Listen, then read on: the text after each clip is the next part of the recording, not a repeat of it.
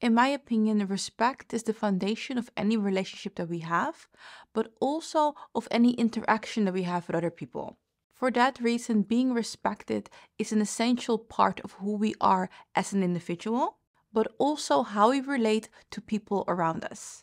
And having respect is not just about showing respect to other people, it's also about showing respect to ourselves. And these 8 tips will help you to do just that. Help you to gain respect. The very first thing that can help you to gain more respect is to maintain your boundaries. You want to set your boundaries and you want to maintain those boundaries. And this has everything to do with, first and foremost, knowing what your boundaries are. What are you not comfortable with? And these could be boundaries, let's say, when it comes to your career, when it comes to your romantic relationship, or when you're dating, when it comes to friends and family. What are things that you will not accept? So let's look at some examples of boundaries. Boundaries when it comes to dating. So an example could be that you are not texting any person after, let's say, 10 p.m. Everybody who's texting you or calling you after that time will have to wait to the next day. By consistently not responding at that time or after that time, you are setting a boundary. You did not say it with your words, but the other person knows that when they are texting you past 10, they have to wait to the next day. Or when they are calling you, let's say at 11 o'clock, you are not picking up your phone.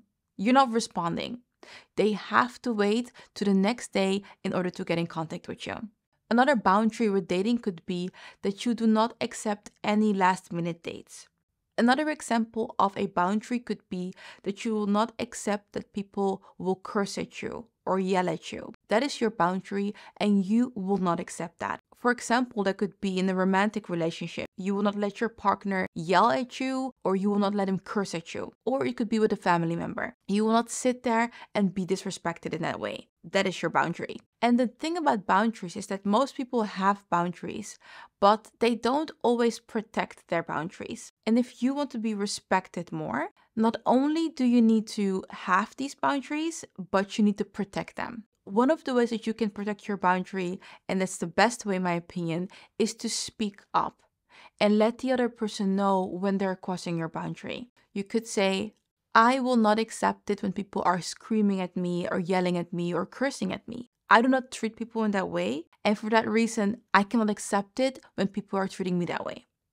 So if you want to have a normal conversation with me, that's completely fine, but do not scream at me or do not curse at me.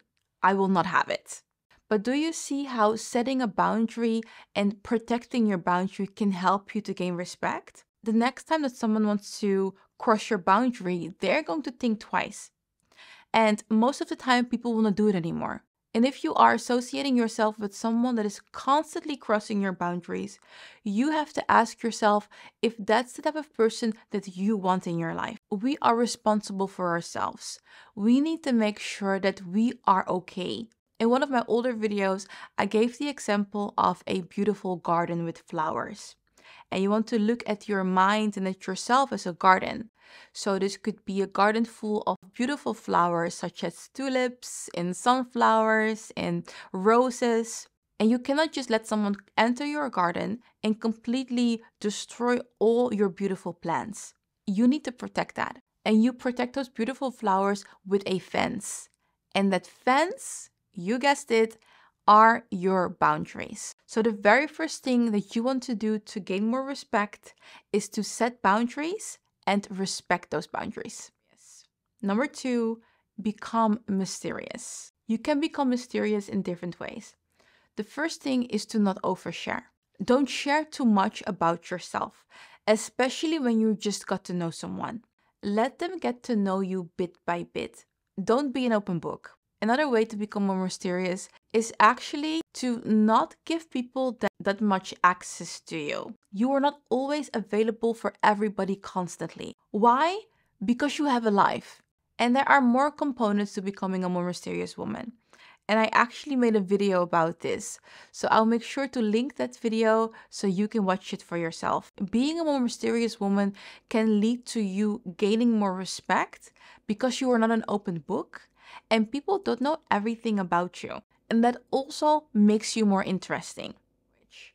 Number 3, body language. One of the best ways for you to gain respect without saying anything is to have confident body language. And this means standing tall, having good posture when you're walking or when you're sitting, and also by making eye contact. People who are not making eye contact are seen as people who are more shy, not willing to connect with other people. You also don't want to be fidgety, so really touching your hair all the time, playing with your foot constantly, or even when you have a pen, constantly playing with your pen like this.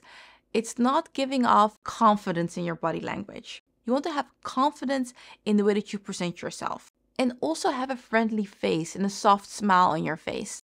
Number 4, dress appropriately. People that look good when they leave their home, they will gain respect. They will get that extra glance from other people because it's a beautiful thing to see someone looking the part. This point also has to do with looking appropriate for the occasion.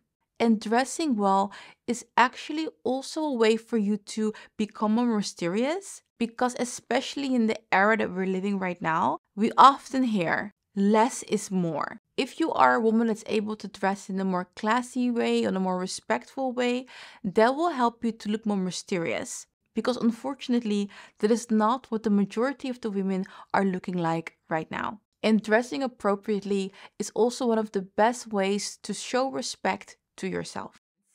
Number 5, being consistent. This means that you are consistent with your actions and with your decisions. You are consistent in what it is you say and what it is that you believe in.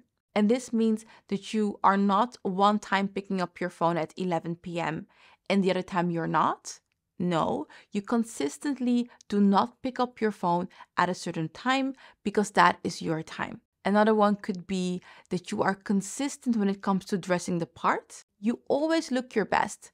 And of course, it depends on the day what the best means like for you. But you always put in some effort to look the part. Because people tend to respect others who are reliable and who are consistent.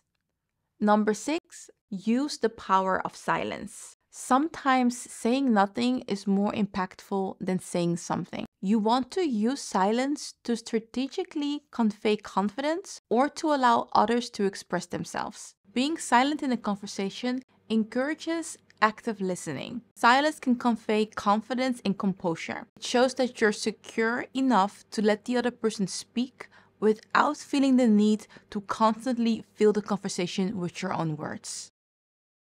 Number 7 that can help you to be more respected is to be punctual. It also helps you to establish a good reputation and allows other people to trust you. When you are punctual, your image appears polished and organized. Being punctual also inspires people that you are meeting to be punctual themselves because they know you are a person that's always on time and they don't want to let you wait. Number 8, express your emotions appropriately. Maintain control over your emotions and express them in a calm and composed manner. The goal is to avoid excessive emotional reactions. So let me give you an example. You could be really grateful for something and say, "Oh my gosh, I'm so happy you gave this to me. Thank you, thank you, thank you, thank you, thank you. It's amazing. I'm so happy. You're the best person ever. Oh my God." Or you could say, "Thank you so much for thinking about me and gifting me this. I'm really happy with it." In both situations, you are being grateful, but one is a little bit more calm and composed than the other, right? The second one is you are thankful, you're saying thank you, but you are more in control of your emotions. So let me give you another example. In this example, I want to show you the difference on how you can be angry or upset. I am so mad at you right now. You're so annoying. You always do this. You never listen to me. I'm so mad. I cannot do this anymore. I'm done. Right? Just screaming really loud, blah, blah, blah. Or you can reply in this way. "I do not appreciate that you speak to me in that way. And I already expressed this in the past. And for that reason, I am leaving this conversation." Both saying how you are disappointed with what the other person is doing, but the first one is kind of all over the place. And the second one is like, "Told you in the past, I told you before, I do not accept this, boundaries. You're doing it again. And for that reason, I am leaving. I am exiting this conversation. The second one is just more calm and more composed while saying the same thing. And that's why number 8 is to control your emotions and express your emotions appropriately. Ladies, we came to the end of today's video. I hope that this video gave you some ideas or even just refreshed your memory again on how you can gain respect and how the things that you are doing might affect the way that people are looking at you and the respect that you're getting from other people. And for that reason, keep these tips in mind and let them help you becoming a better version of yourself. I am going to wish you a lovely day, and we will see each other again in my next video. Bye, ladies!